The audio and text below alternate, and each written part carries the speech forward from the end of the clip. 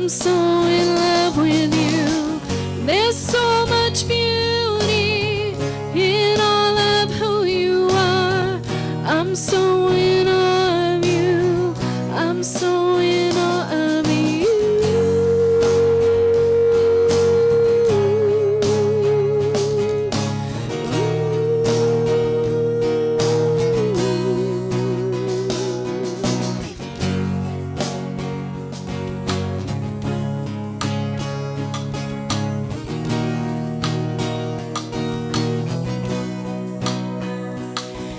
You're better than anything that the world could ever give.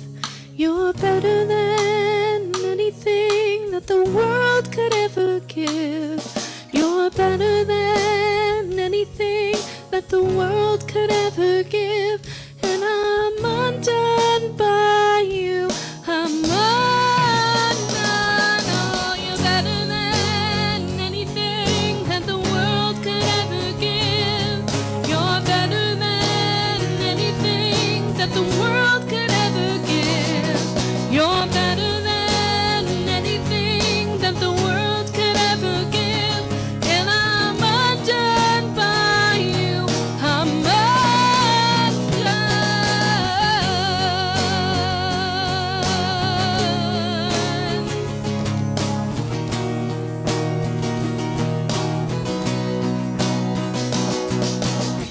Can I just stay here and pour my love on you? I'm so in love with you. I'm so in love with you. There's so much beauty in all of who you are. I'm so in awe of you.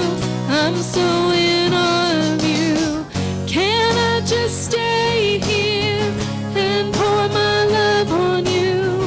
I'm so in love with you. I'm so in love with you.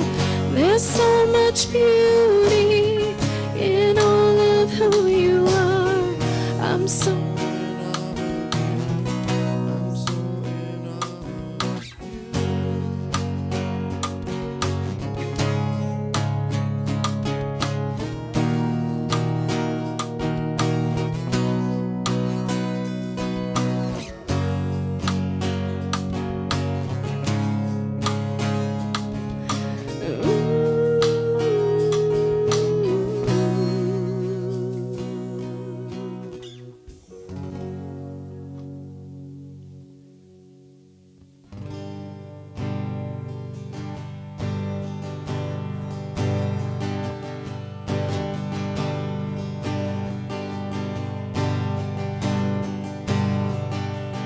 When you walk into the room, everything changes. Darkness starts to tremble at the light that you bring. When you walk into the room, every heart starts burning, and nothing matters more than just to sit here at your feet and worship you.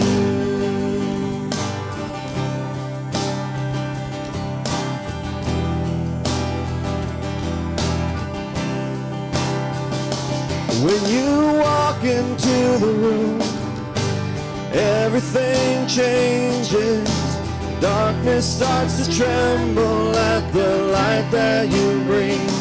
When you walk into the room, and every heart starts burning, and nothing matters more than just to sit here at your feet and worship you.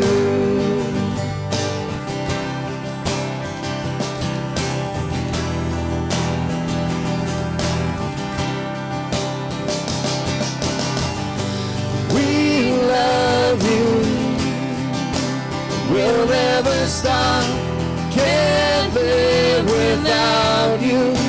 Jesus, we love you. Can't get enough, all this is for you. Jesus.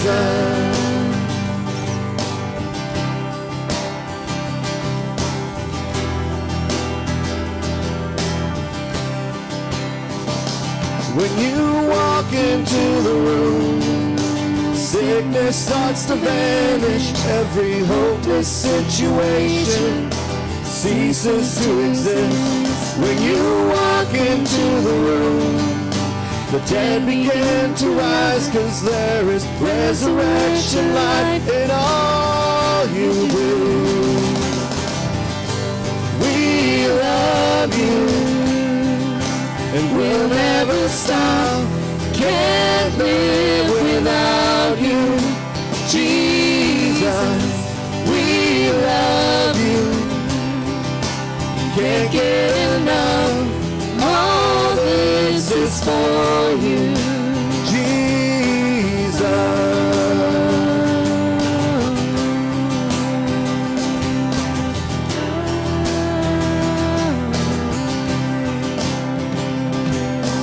Come and consume, God, all we are. We give you permission, our hearts are yours. We want you, we want you. Come and consume, God, all we are. We give you permission, our hearts are yours. We want you, we want you. Come and consume, God, all we are. We give you permission, our hearts are yours. We want you, we want you.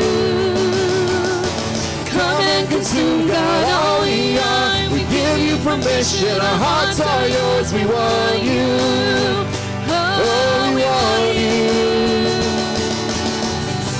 We love you, we'll never stop. Can't live without you, Jesus. We love you, and we can't get enough. All this is for you, Jesus. We love you, we'll never stop. Can't live without you, Jesus. We love you, and we can't get enough. All this is for you, Jesus.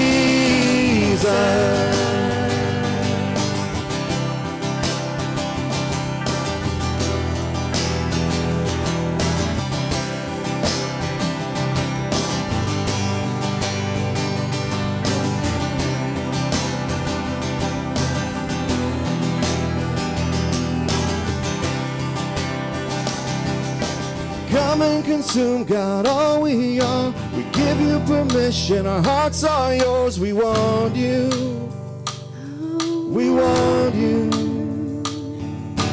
Come and consume, God, all we are. We give you permission, our hearts are yours. We want you, we want you. Come and consume, God, all we are. We give you permission, our hearts are yours. We want you, oh, we want you. Come and consume, God, all we are. We give you permission, our hearts are yours. We want you, oh, we want you. We love you, and we'll never stop. Can't live without you, Jesus. We love you, and we can't get enough. All this is for you, Jesus. We love you, we'll never stop. Can't live without you, Jesus. Can't get enough. All this is for you, Jesus.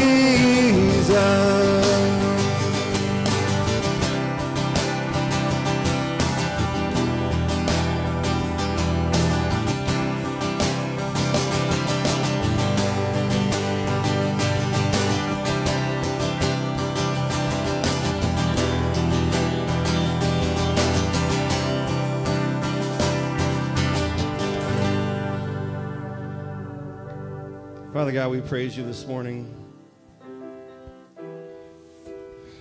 We thank you so much, God, for just being there for us. Thank you so much for your love that's never ending, your mercies that are new every morning, Lord. And even those days where the enemy tries to attack us, to try and bring us down, to try and tell us, hey, you remember that time you messed up here? But that's not the case. Lord, you don't look at us that way. We can put our trust in you. We can drop those things, give them up to you, God, those burdens that weigh us down, those guilts that weigh on our hearts, Lord. We know that you've forgiven us.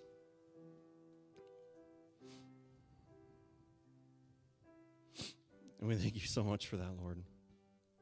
And just pray that we continue to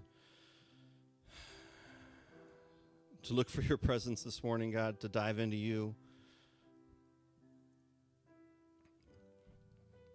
And to just listen to the words that you've prepared for each and every one of us, Lord. We praise you, Father. In Jesus' name, amen.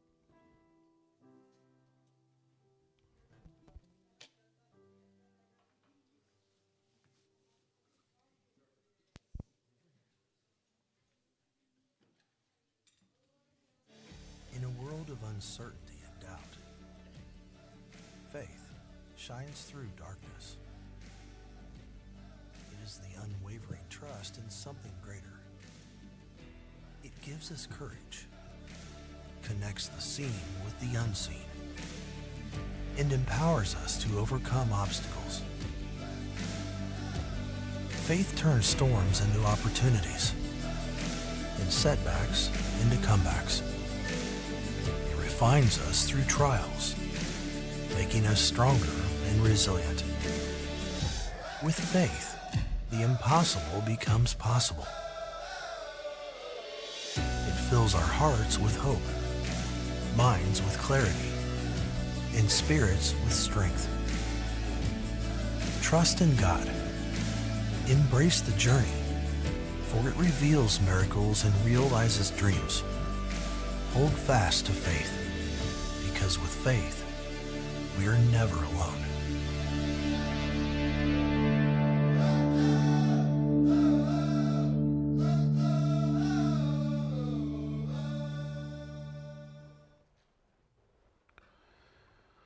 Well, we started a new series last weekend of the new year. And so we're going to get into that a little bit more today. We're going to kind of spread things out a little bit. We've got multiple things on the docket, so we'll get to them all. But I just want to welcome you. It is a brand new year. How's it going so far? Pretty good. Okay. Well, good. I'm glad to hear that. Because I believe. I'm just explaining the whole. I don't hear you up here. You don't hear me over there. Yeah. I mean, I hear you, but I don't hear you. You don't hear me over there. Yeah. Well, we. I thought maybe you were trying to get my attention over there. All right. What's going on? Okay.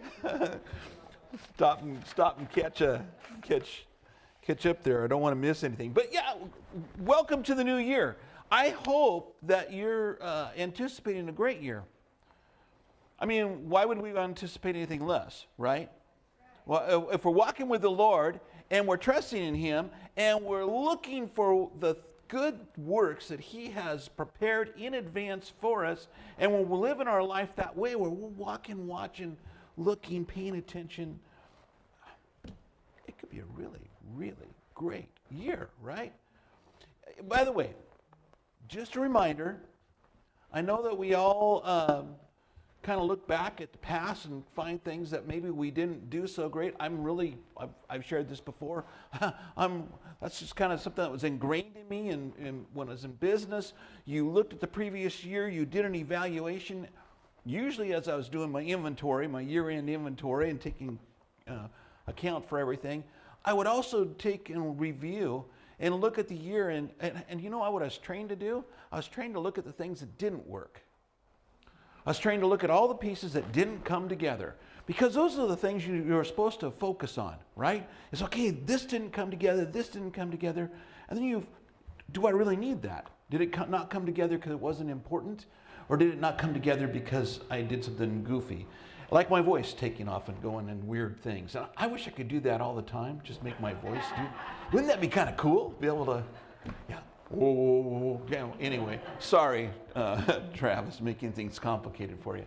But anyway, as I got that, here's the funny thing, is I was glancing over toward this corner, and I'm picking up on a Trevor, and I'm thinking Travis, and I almost said the wrong name. So it was close, but I got it.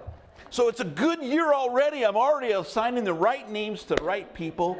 I haven't called my grandson Aaron Andrew too often yet this year, so I'm in good shape there too. But what my training did was made me look at all the things that didn't happen. And when you're leading a church, you know, the interesting thing is that you're not making anything. You're not manufacturing anything.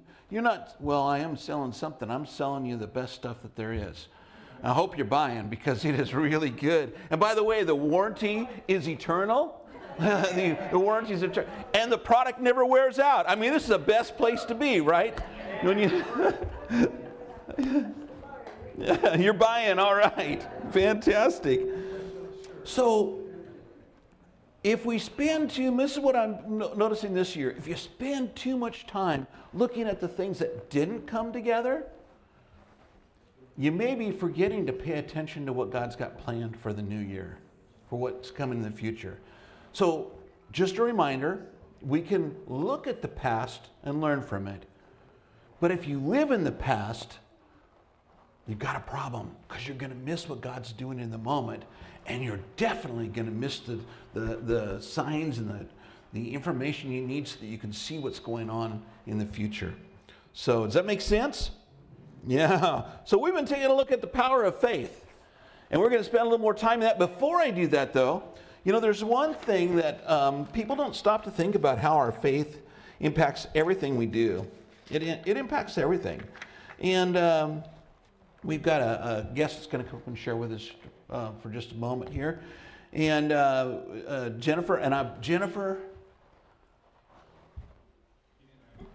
Bartozzi. Okay. She is coming. She's with the Family Resource Center. And I'll tell you what, one of the things that impresses me upon how faith can be applied is that for her to do her job, she has to believe by faith that by investing in the community through the families, that there's going to be a change. That there's going to be a change for a family. That there's going to be, because there's a change for that family, there's going to be a change in the children that are in that family. And that because those children change, there's going to be a change in the student body.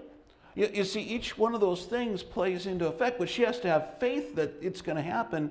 Otherwise, if she doesn't, what's she doing it for? Just a paycheck? I'm telling you, that's a hard way to earn a paycheck. So, right? Anyway, come on up and share with us, and I'm going to give you Jamie's mic here. Is it up and running? You just got to turn it back on. Plug your ears. Yeah, it might pop. Hey, look at that. Ah, good. Can you hear me? All right. Okay. Is this okay? Thank you. Yes. Thanks, Pastor. Good morning. It does take a lot of faith to even just walk up those stairs and not fall and trust that the words that I share with you today are going to be ones that speak to you, and that you know that what I have to say really does come from my heart. The work I do, I started out doing it because it sounded interesting. And then I continued to do it because I got to know the kids, and I got to know the people that want to help kids, and that is a huge part of why I do what I do. I never thought that I would be someone who would be able to even stand up in front of people and talk to them, let alone with a mic in my hand. And I am incredibly nervous. So Just bear with me if my voice shakes a little.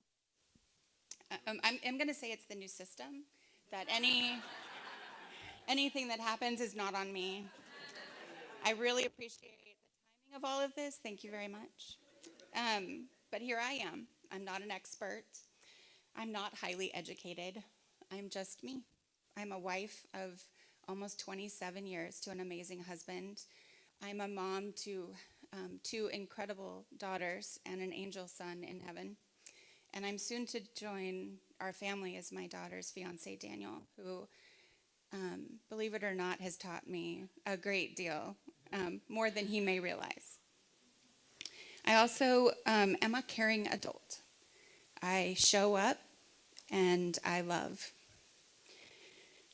I wanted to share with you this morning a little bit about my story, how I come to find myself up here, and the impact that a few caring adults have had on my life. Those adults encouraged me in ways that allow me to continue to become the person I am meant to be, and hopefully will inspire you a little bit to be a caring adult for someone that might need you. But first, I just need to take a moment and say thank you. Yankton Community Fellowship adopted Plymouth High School, and I personally have seen firsthand the impact and the love that you have poured out on those kids.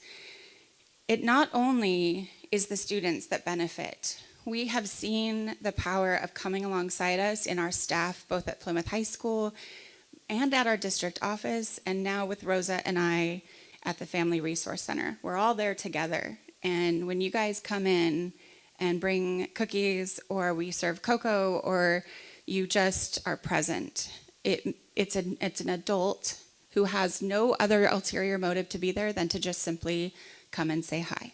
And the value in seeing adults in action, caring about children, is more powerful than you can ever imagine. So thank you very, very much. I've spent almost 10 years with the St. Helens School District. One of my roles, I wear about 4 at the moment, but one of my roles is that I provide direct support to highly mobile youth. And highly mobile youth means that they are families that might be doubled up with other families, living in a motel, tenting or RVing or things like that. And I also, some of those highly mobile youth are unaccompanied youth.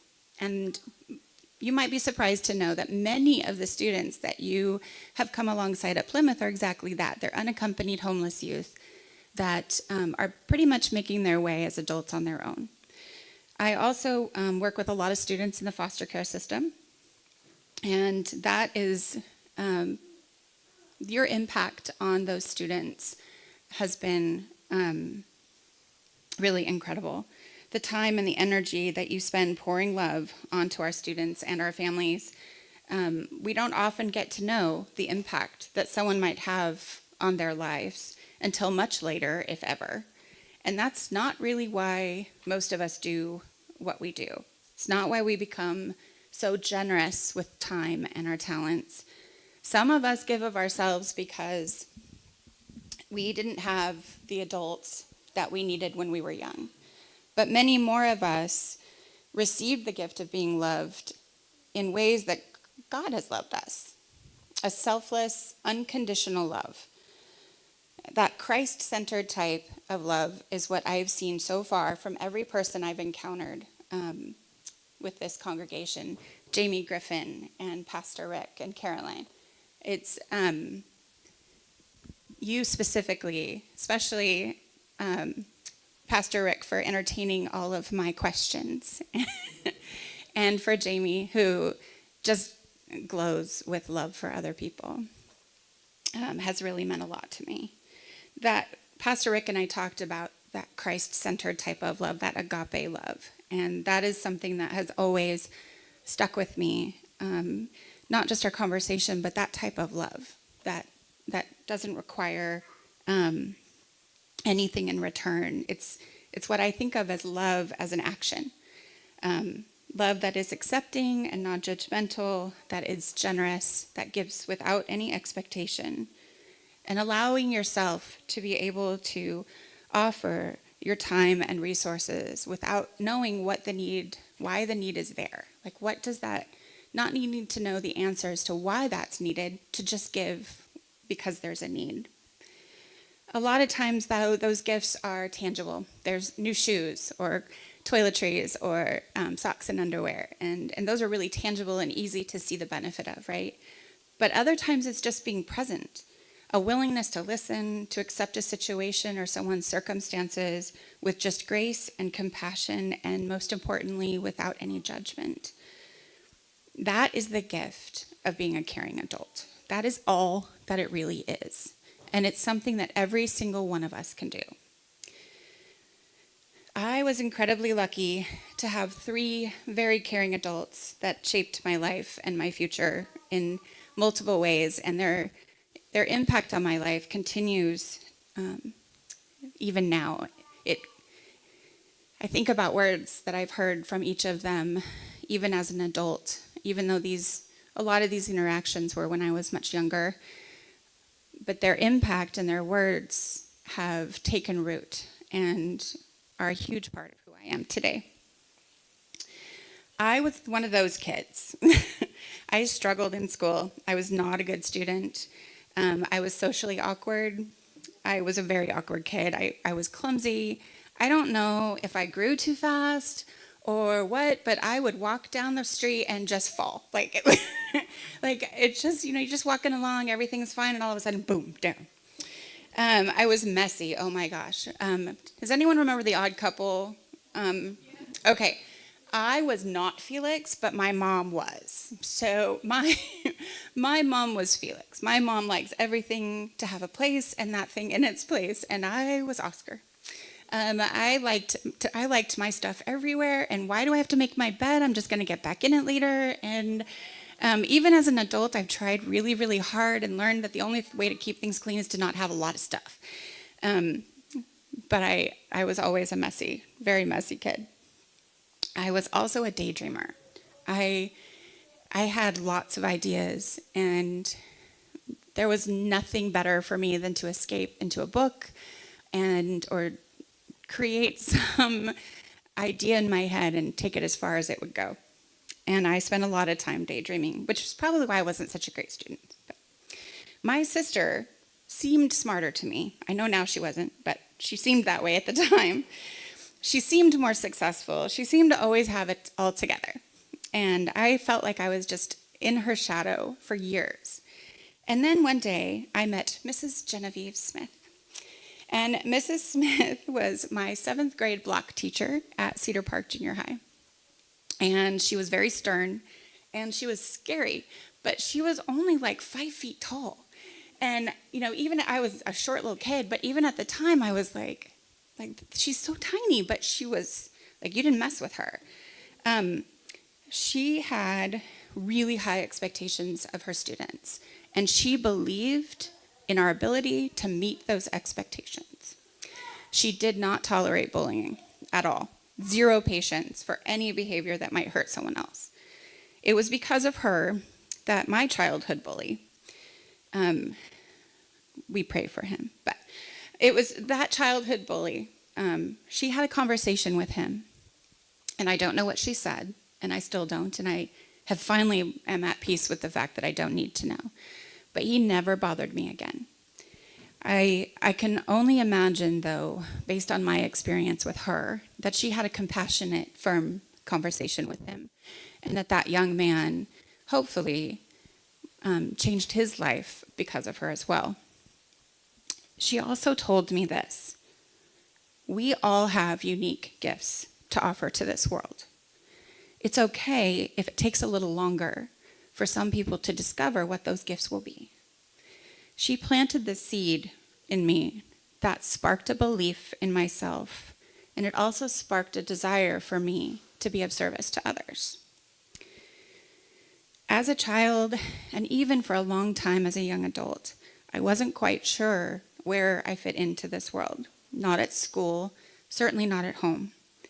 And when I was old enough that I was allowed to ride my bike to my grandparents' house, I was there as much as I possibly could be. their home is where I learned what home and family would come to mean to me.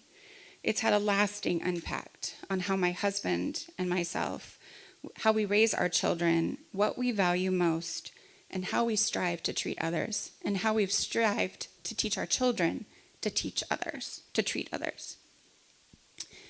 My grandparents were the caring adults that could speak to my heart in every single way.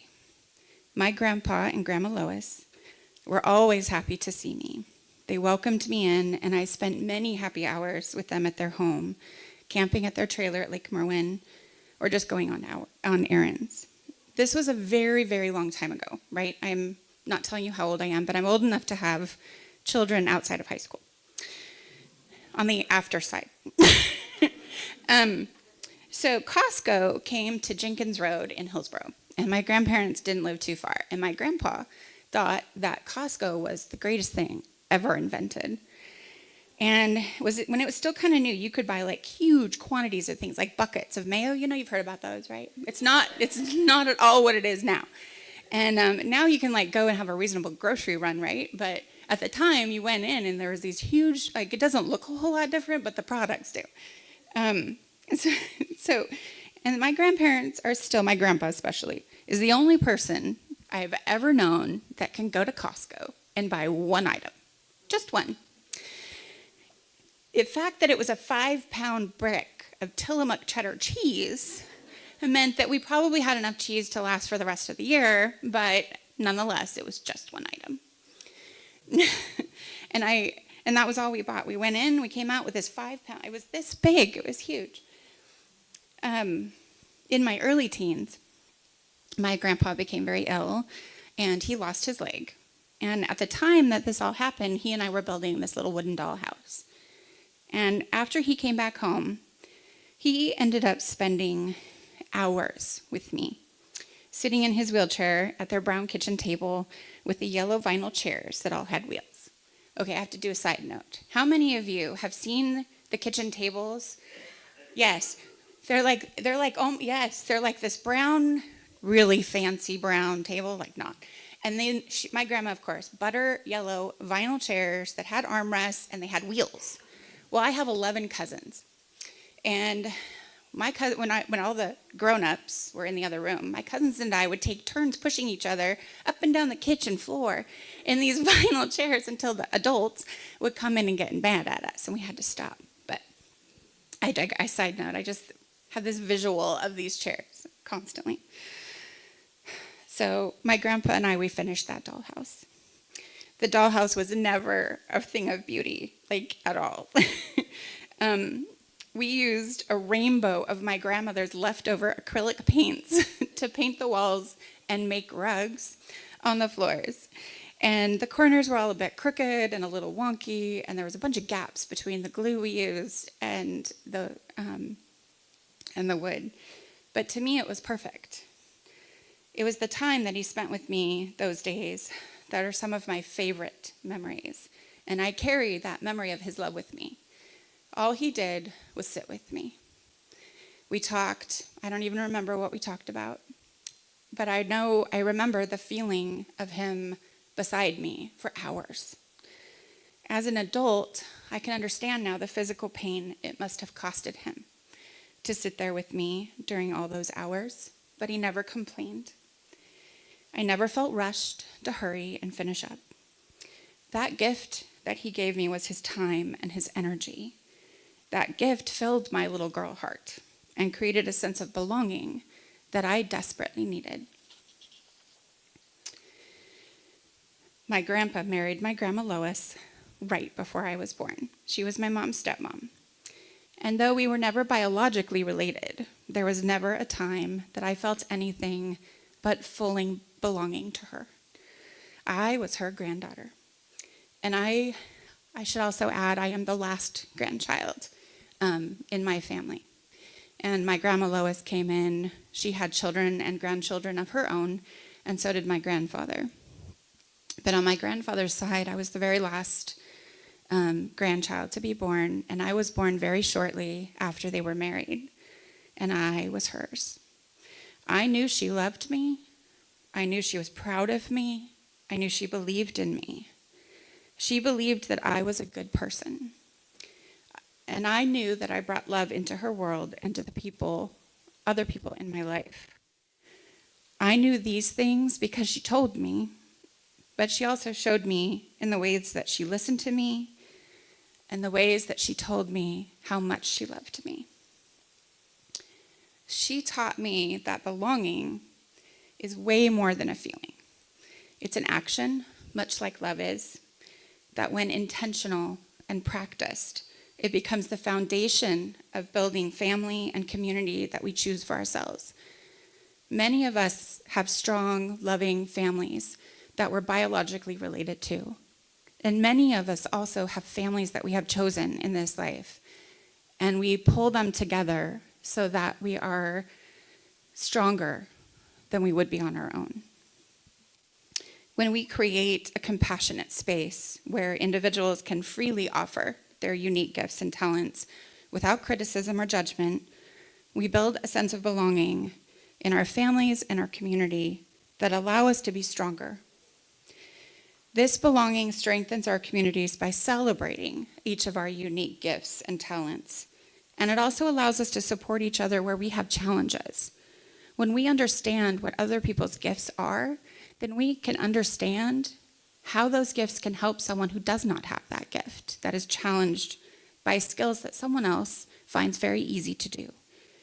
The entire community becomes impacted in positive ways. We start to look out for each other, neighbors looking out for neighbors. I am your neighbor. I live right off of West Kepler. We see small business owners taking part in our community and giving back. We see our community connecting with our own beliefs and our faith. And that feeling of connection becomes love and care for each other. That agape love that is, in my belief, the greatest gift that each of us can give to each other. I would personally like to invite each and every one of you to come by the Family Resource Center. We are right next door to Plymouth High School, and I know many of you know exactly where that is. So I am in our Family Resource Center is a testament to the warmth inside. So we have I've been told that our portable was built during World War II. But if you were to walk inside, you will find a warm, welcoming, comfortable place where I can make you a cup of coffee. My very good friend and colleague, Rosa Gonzalez, and I work there together. And we serve our virtual academy students and staff, giving them a place to come in person and connect with each other. We also meet individually with students and families. It can be a private space if needed to talk about hard things.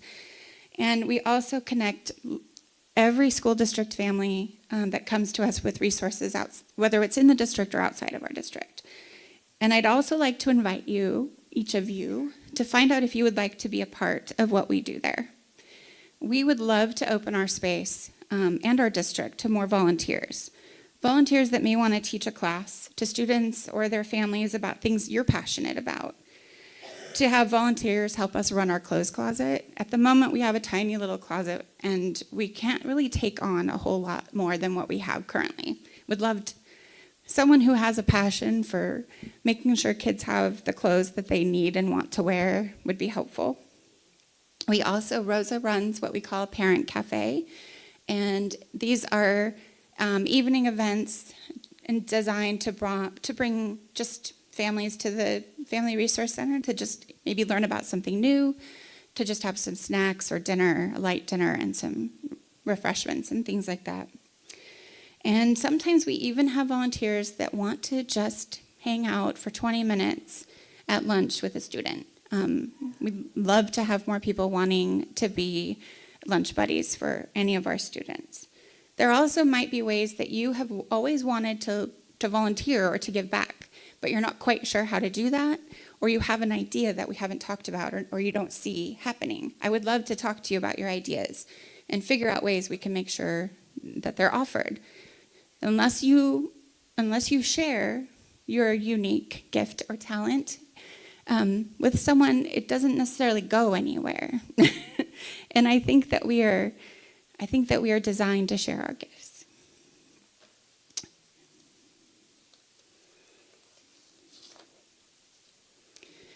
Oh, and if you just want to come say hi and chat with me, sit on the couch with a little bit of coffee, I would also love that.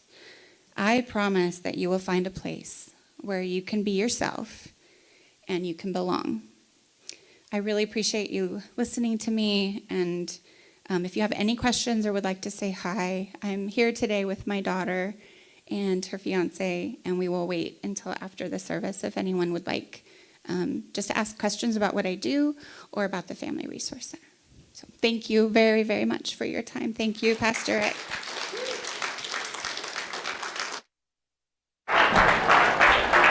Got it. Thank you. When, yeah, that's what you call 2 microphones better than 1, I guess. Turning it off. All right. When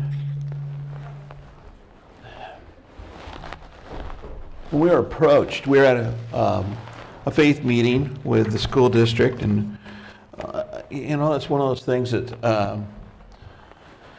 it's an opportunity for the faith community to come together and meet with the school district and hear what's going on in the school district and have an understanding of what's happening out there. And unfortunately, there's very few from the faith community that actually participate. It's kind of heartbreaking, but I understand why. Well, see, one of the problems that we have developed over the years, not we as in we here at Yankton, but just as a general rule, as people, as if I'm not getting anything in return, I'm not going to invest. And so we're always looking at, what do I get out of this? If I help you, what do I get out of it? If I give to you, what do I get out of it? And it's a real challenge. And one of the things that we have this opportunity with the school district through working with Plymouth High School and working with the Resource Center is that we have an opportunity to do something that shows that, well, first of all, we care. Ultimately, that God cares. And it's a give with no expectation in return. What can we come alongside you and do? And we've been extremely blessed by being able to do this. And so I just wanted you to hear firsthand, meet Jennifer and know who she is, and just know about the center and that it's there. Maybe it prompts something that you might be curious about. Want to go by and ask her some questions or check into it more. But I believe this is a beautiful way for the church to come alongside our community and make an impact on people's lives in a way in which you don't have an opportunity any other place. And it's not about religion, right? We always tend to tie the church to some kind of a religious thing. No. God is all about relationship. Relationship. So he is looking for us to take and invest in others basically the same way that he invests in us. He loves us regardless. And we get an opportunity to love on people regardless of whether they can ever return that. But I love the times I've been able to be there and work with the kids. Caroline's in Plymouth regularly. Jamie, I don't know where she's not involved in.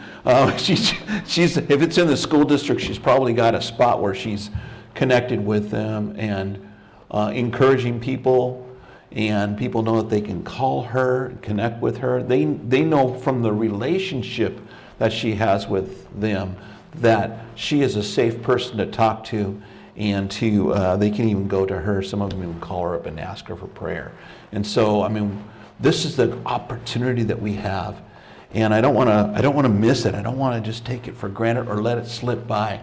But I want to make sure that we are aware that this is a great opportunity to just love on people and love on these students and let them know that they have value. So we are in.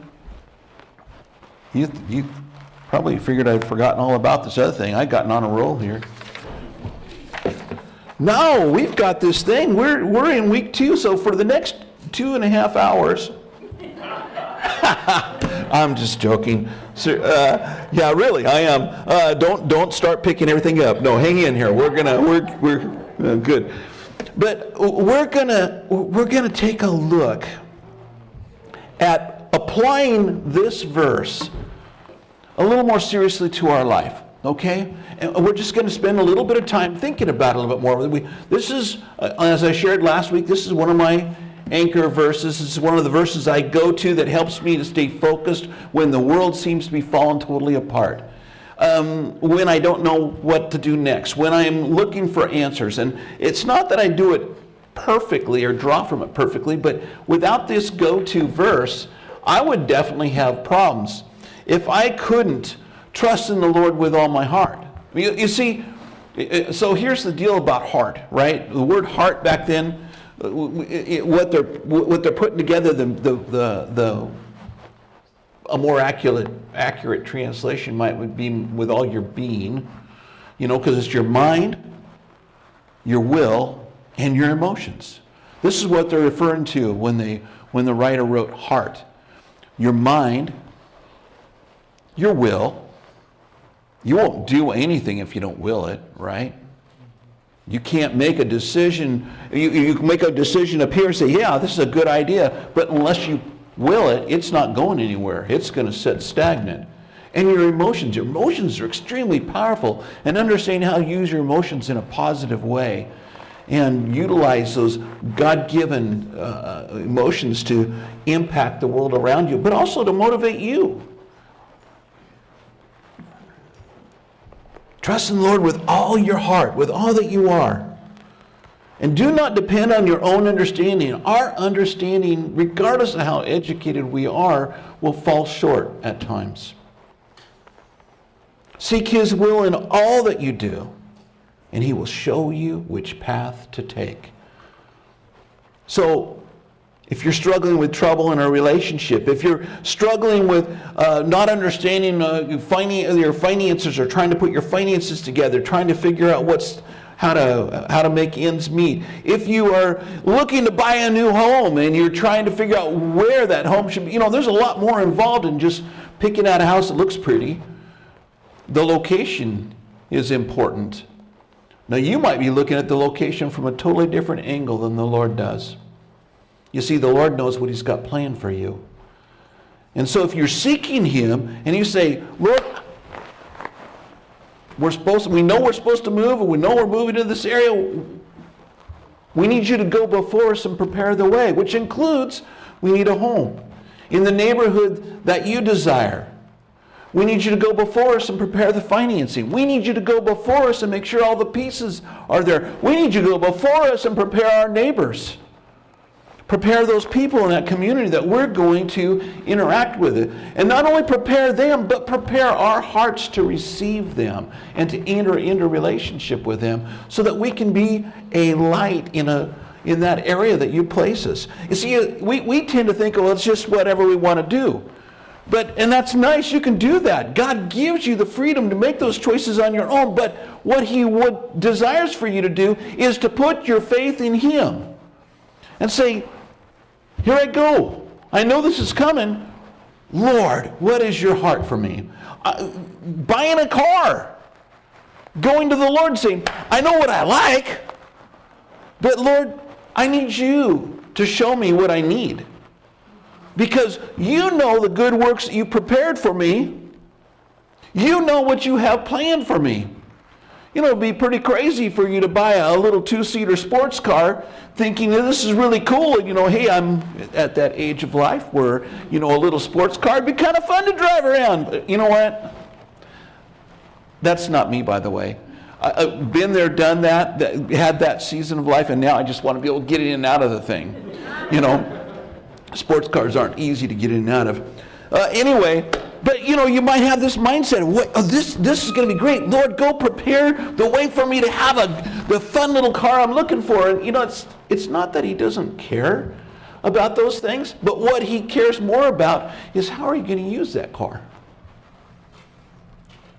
He may give you the desire of your heart because that's the desire of your heart. You want that little thing.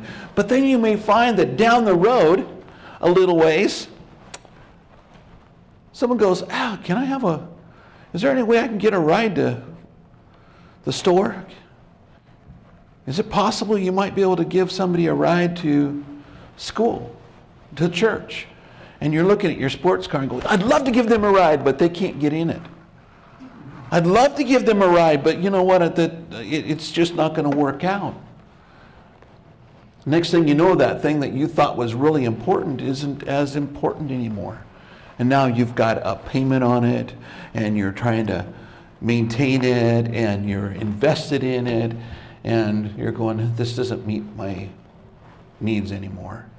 This is why it's important to pray in advance. Lord, I know what's on my heart, but I want my heart to line with your heart. I want you to be honored in this purchase. And he will lead you and he will guide you to just exactly what you're going to need, not necessarily just in the moment, but down the road. Because he knows what's coming. Why wouldn't we want to trust the one who knows what's coming? It sounds like, I'm giving up all my freedoms. No, you're gaining freedom. You're gaining freedom because when you trust the Lord that way, as you go down the road, you find that you can then enter into the things that he's prepared for you in a much easier, and you're not scrambling trying to figure it out.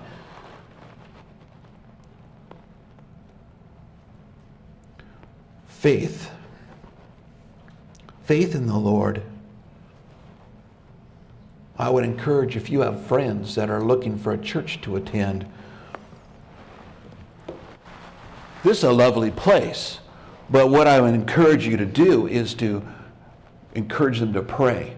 Pray. Ask the Lord where he wants to connect you.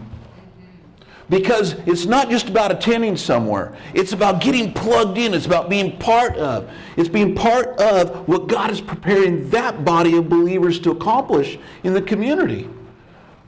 And you bring a unique piece to each and every, whoever it is and wherever they're going. If you're seeking the Lord, when you get plugged in, you will find it's a natural fit, that it feels right.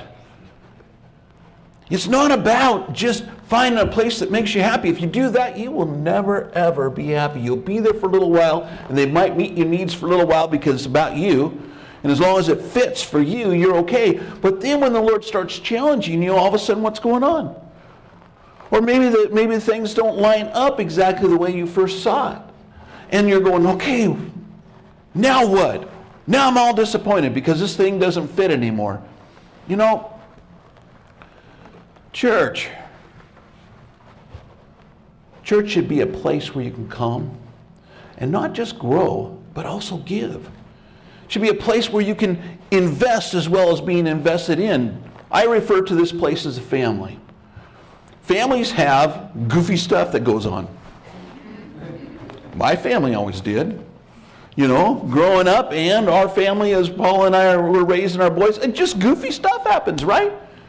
But you choose to love one another because you're family. You choose to invest in one another because you're family. That is what I encourage people to look for. And that's what you need to encourage your friends to look for. Look for a place where you can be plugged in, but ask the Lord where he wants you to be, and he will lead your way. And he will show you where he wants you to be so that you can be part of what he's desiring to do in you and through you, not just within that body of believers, but through that body of believers out into the community.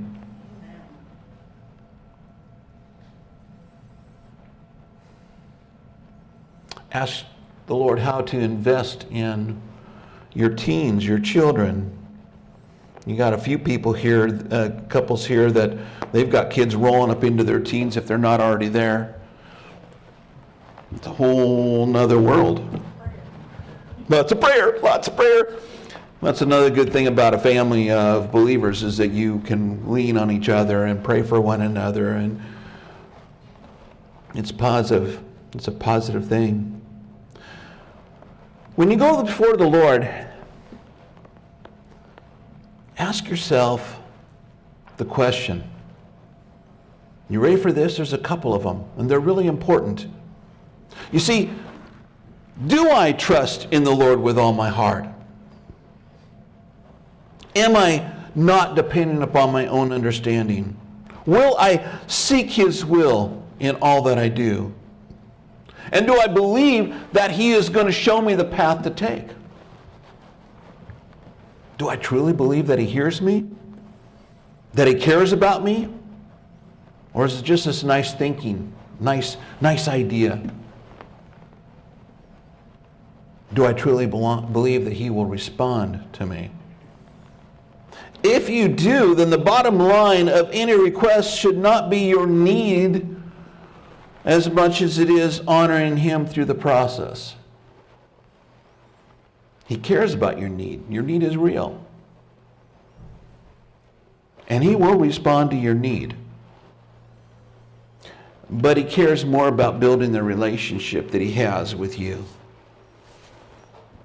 So if you learn to trust Him, you know that He's always there to respond. But we have to pay attention. We have to pay attention. We can easily get caught up in our stuff and miss what He's trying to teach us or show us in the midst of the journey. I have learned something over the last few years especially.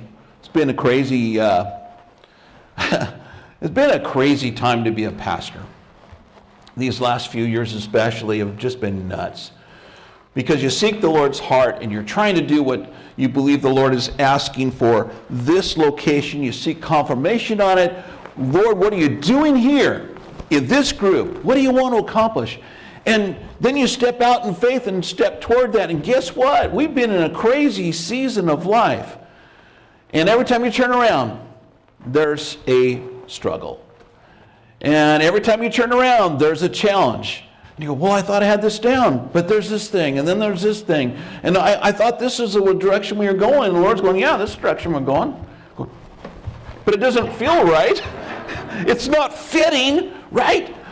It doesn't look like a positive forward. And it has felt at times like I've just been sucked right into this desert place. And then I learned something about God. Sometimes He deliberately draws us out in a desert. Why? There's no distractions. Well, there's a distractive thirst, and what He wants is for us to hunger and thirst for Him. There's a distraction of not knowing how far it is to the next, watering hole or shelter. Yeah, but He wants us to truly believe what we say when we read that the Lord's my shelter, the Lord's my fortress, the Lord's the one who watches over me. He's the one that protects me. It's been an interesting time, but this is one of those things where I've learned that if everything you're doing is striving to honor Him, you will see, regardless of what the situation looks like around you, you will see. Stay focused. Keep listening for Him, and you will find that His word is true, that He is faithful, and that He is trustworthy. This table that's before us, we're going to take communion here in just a moment. This table that's before us,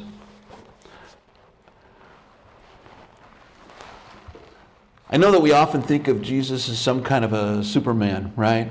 He was God, right? But He's also man. He set aside. He set aside all those wonderful things that would have made life super easy and showed us how to relate to the Heavenly Father so that we could have those examples and we can walk in those examples. Why? Well, because Jesus did. Well, Jesus, and I'm not. That is so true. You cannot save anyone by dying in their place the way that Jesus did. You can't die for someone else's sin. You can put yourself in harm's way and save someone else's life. And we have soldiers and police officers and firemen and teachers. We have people who do it all the time. And it's honorable. But you can't save somebody else from their sin. Only Jesus could do that. And the only reason why he could do it was because he walked perfectly in relationship with his Father. Perfectly. And he gave us an example and said, this is how you do it. And then said, follow after me. And we won't do it perfectly, but that shouldn't be an excuse not to pursue it. We should be pursuing that relationship anyway. We should be pursuing his heart anyway. When Jesus sat down with his disciples at the table to do his last meal with them, the only thing that could have possibly, think about it, it might sound like a bold statement, but I believe it's absolutely true. The only thing that could have caused him to come to that table with great expectation is because he believed his Father's word. He believed in what was going to happen. He believed that his life had value, it had purpose, and it was going to accomplish what his Father told him. He had to absolutely trust his Father's word. If he didn't, then this is worthless, right? It's empty. It's just an action by some nice teacher one day in the past. But Jesus understood that his Father's word had value. It had purpose. And it would accomplish everything that he set out to accomplish.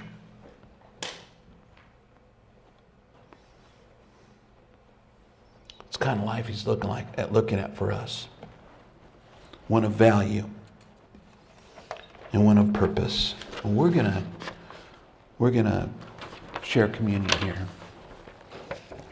And I got Lonnie. Let's see, Lonnie and Dan is here. Dan, how's your legs doing today? You able to get up and move? We'll go find out when you get here. Come on down. All right.